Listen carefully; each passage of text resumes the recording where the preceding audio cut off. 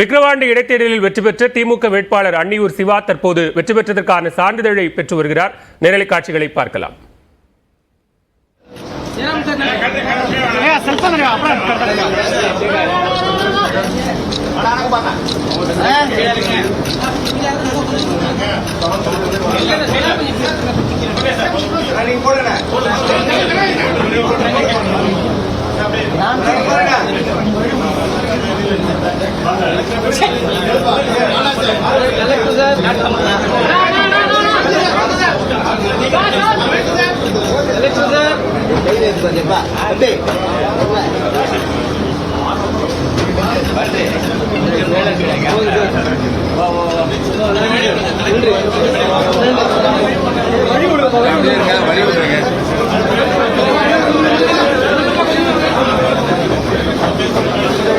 கூடுதல் விவரங்களோடு இணைகிறார் சிறப்பு செய்தியாளர் கோகுல்.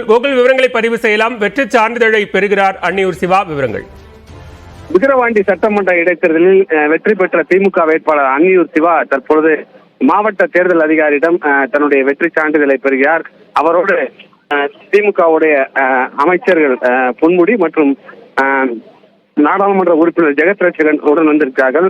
குறிப்பாக இருவரும் தான் இந்த விக்கிரவாண்டி சட்டமன்ற இடைத்தேர்தலுக்கு தேர்தல் பணிக்குழு தலைவர்களாக நியமிக்கப்பட்டார்கள். இவர்களுக்கு தான் இந்த பொறுப்பு வழங்கப்பட்டது.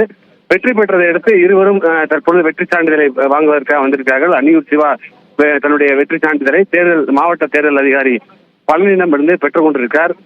அதனைத் தொடர்ந்து திமுகவுடைய தொண்டர்கள் தொடர்ந்து அன்னியூர் சிவாவுக்கு வாழ்த்துக்கள் தெரிவித்து வருகிறார்கள். அமைச்சர்களுக்கும் வாழ்த்துக்களை தெரிவித்து வருகிறார்கள். பட்டாசு வெடித்து திமுக தொண்டர்கள் இந்த இடைத்தேர்தல் வெற்றியை கொண்டாடி வருகிறார்கள். பாலா,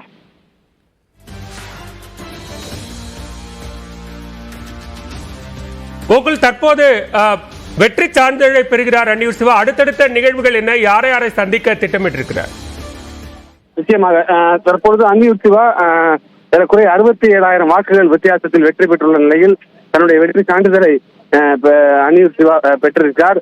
அதனைத் தொடர்ந்து விழுப்புரம் மாவட்டம் இருக்கக்கூடிய அண்ணா அறிவாலயத்துக்கு செல்ல இருக்கிறார்கள். அங்கு தலைவர்களுடைய சிலைகளுக்கு மாலை அணிவித்து தொண்டர்களிடம் வாழ்த்துக்களை பெற இருக்கிறார்கள். அங்கு தேர்தல் வெற்றியை கொண்டாடுவதற்கு திமுக தொண்டர்கள் தயாராக இருக்கிறார்கள். ஏற்கனவே பட்டாசு வெடித்து கொண்டாடப்பட்டுள்ளது. இன்று இரவே அன்னியூர் சிவா உள்ளிட்ட மாவட்ட அமைச்சர்களும் தேர்தல் பணியில் ஈடுபட்டவர்களும் சென்னை வருகிறார்கள். நாளை காலை திமுக தலைவர் முதலமைச்சரை சந்தித்து வெற்றி சான்றிதழை வழங்கி அவரிடம் வாழ்த்து பெற இருக்கிறார்கள். இன்னும் சற்று நேரத்தில் தற்பொழுது அமைச்சர் பொன்முடி செய்தியாளர் சந்திக்கக்கூடிய அந்த நேரலை காட்சிகளை பார்க்கிறீங்க.